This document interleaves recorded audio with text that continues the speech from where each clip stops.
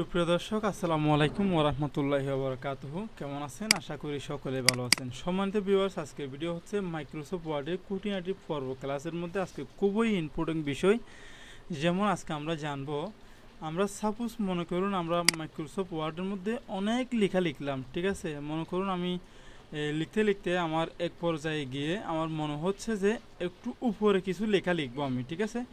Suppose ধরুন এইখানে আমি কিছু লেখা লিখলাম 3 লাইন। তো আমি চাচ্ছি যে এই লেখার গুলো এখানে রেখে এই যে কর্নারে ডান সাইডের উপরে কিছু লেখা লিখবো, অথবা এর নিচে কিছু লেখা লিখবো, ঠিক আছে? আমি যদি নিচে ডান সাইডে কিছু লেখা লিখতে যাই, এটা কিন্তু পেজের বাহিরে হয়ে যাচ্ছে। যদি পেজের বাহিরে লিখতে হয় আমরা কিভাবে লিখবো? আমাদের নির্দিষ্ট পেজটা কিন্তু এতটুকুতেই নির্দিষ্ট হয়েছে, ঠিক আছে?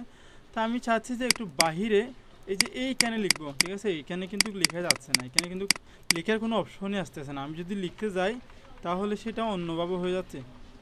দেখুন, আমি যদি এখানে লিখতে যাই আরেকটা লাইন নিয়ে নিচ্ছে, ঠিক আছে? সেই জন্য আমি বাহিরে লেখার জন্য আমরা কি করব, শর্টকাটে করার জন্য আমরা সর্বপ্রথমে চলে যাব মাইক্রোসফট ওয়ার্ডে একেবারে উপরে ইনসার্টে ক্লিক করার পর আমরা এখানে শেপ একটা টুল পাবো। এই শেপে ক্লিক করব। শেপে ক্লিক করার পর এখানে বেশ কিছু অপশন রয়েছে, বেশ কিছু ডিজাইনের লাইন রয়েছে, বেসিক শেপ রয়েছে, তারপরে ব্লক ওভার রয়েছে, ফ্লাওয়ার শার্ট রয়েছে, বিভিন্ন ধরনের কাজ করার জন্য এখানে রয়েছে, ঠিক আছে? আমি সেখান থেকে সবগুলা রেখে সামনে একবার সর্বপ্রথমে যেটা টেক্সট বক্স রয়েছে সেখানে ক্লিক করব। সেখানে ক্লিক করার পর আমরা আমাদের নির্দিষ্ট লেখা বাহিরে যে লেখাগুলো লিখবো সেখানে চলে আসব।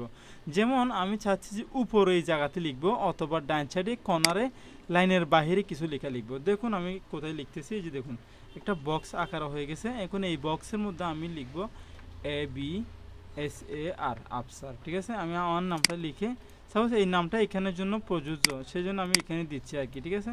আপনারাও চাইলে এভাবে করে বিভিন্ন ধরনের নাম টেবিল এভাবে করে অ্যাড করতে পারবেন, অথবা অনেক সময় অনেক ধরনের অ্যাড করতে হয়।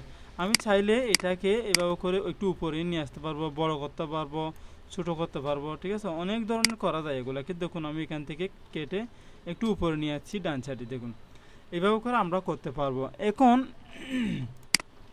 একটা বক্স হয়ে গেছে, এই বক্সের কারণে আমাদের বক্সটা প্রয়োজন নাই, শুধু লেখাটা প্রয়োজন।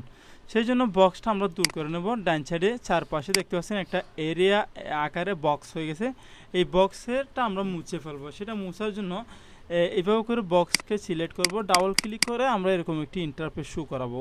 দেখুন এই বক্সের উপরে ডাবল ক্লিক করব, ডাবল ক্লিক করে আমাদের এই জায়গাতে একটু খেয়াল করে দেখুন, এই জায়গাতে শেপ ফিল এবং শেপ আউটলাইন চেঞ্জ শেপ, ঠিক আছে? এইখানে আমি শেপ আউটলাইনে ক্লিক করব, ঠিক আছে? শেপ আউটলাইনে ক্লিক করব।